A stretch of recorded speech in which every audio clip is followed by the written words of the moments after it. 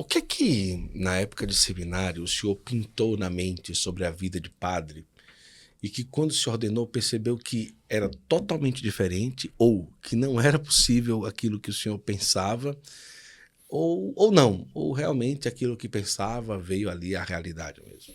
Eu me recordo de um sacerdote que numa missa, eu não lembro se foi numa missa ou se foi numa conversa, não lembro, uma formação, ele dizia que nós, enquanto seminaristas, deveríamos viver como se um dia fôssemos padres, para não esperar ser padre para viver como. Em que sentido? Não que se fizesse as ações do padre, Sim. não dá para rezar missa, não dá para atender confissão, não, nada disso, mas que vivesse como se fosse. Porque para não ficar sempre com um ideal na cabeça, no sentido de quando eu for padre, eu serei. Quando eu for padre, eu rezarei. Quando eu for padre. Não, não é só quando eu for padre.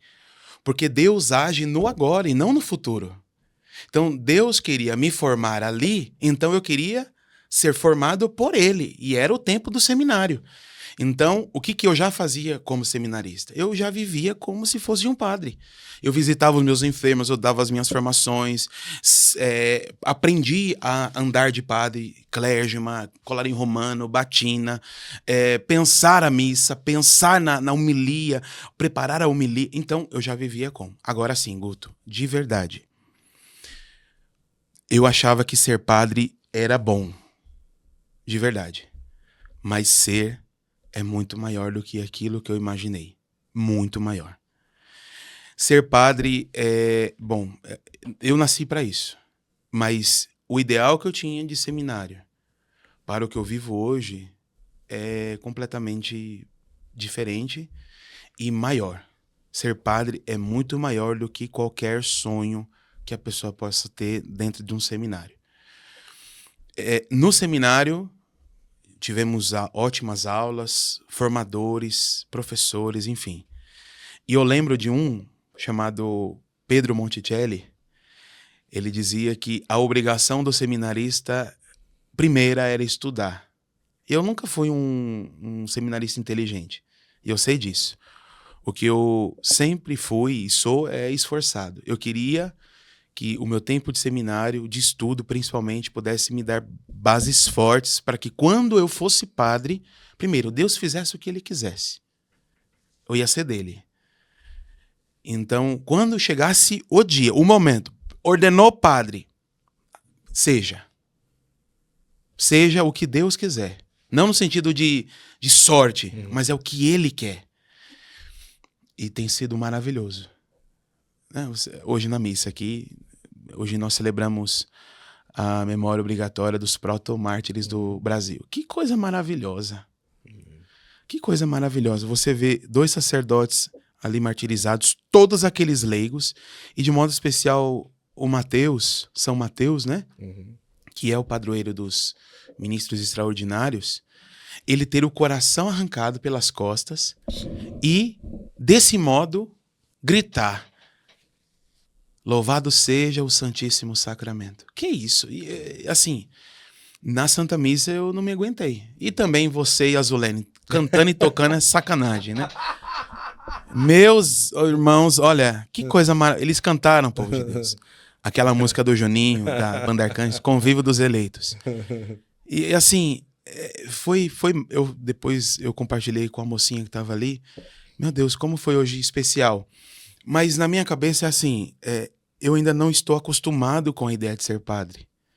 De poder olhar pro meu altar e ver Cristo ali. E ver o Senhor que veio até o meu altar por meio das minhas palavras e das minhas mãos. Não é mérito, é graça de Deus.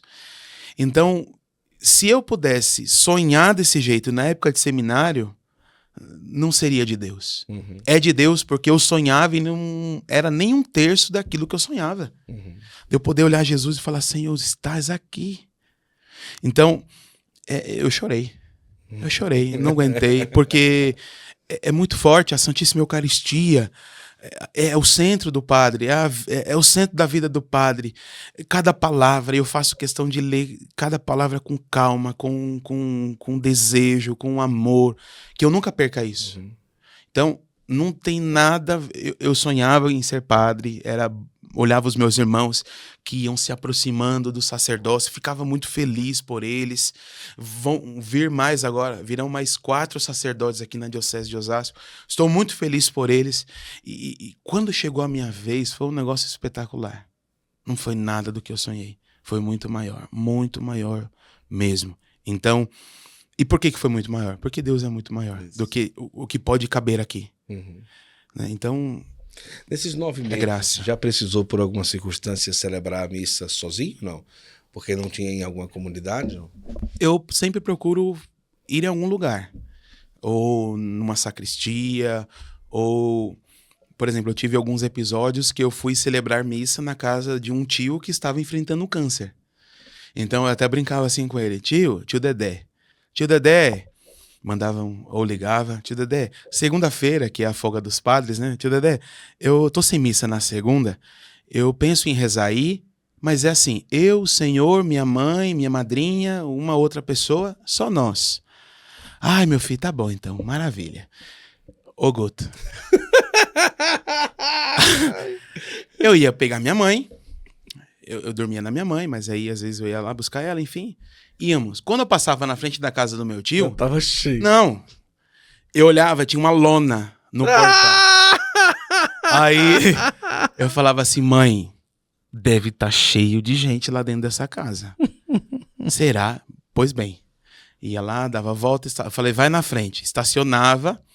Quando eu chegava, parecia uma missa dominical. Não. Gente, Chamou todo mundo. violão, e cantor, e salmista, e gente, cadeira. Isso é ótimo. Aí chegava, e aquela alegria, aquela festa e tudo. Então, olha, depois tem um café. Farto. Então, assim, sozinho não. Sozinho eu nunca tive uma oportunidade de rezar só eu assim. Uhum. Não, sempre tem alguém.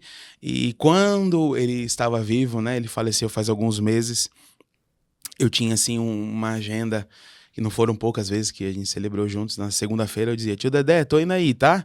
Pode? Chegava lá. É um evento. É um evento. E aí que de repente, atende minha confissão aí rapidão. Uhum. Um outro, né? Atende minha confissão, tem como? Padre, abençoa isso aqui, padre. Então assim, era um dia, segunda-feira é dia de descanso, né? Mas nunca é. Na vida do padre é muito difícil ter descanso. Gostou desse corte do nosso podcast Sacristia? Olha só, primeiro, inscreva-se no canal do Santo Flow. E aqui, olha, 2 cards que vão te levar também para outros cortes desse podcast maravilhoso aqui, o Sacristia. Tantos convidados já passaram por aqui, ó. Clica aqui, aproveita, vai lá.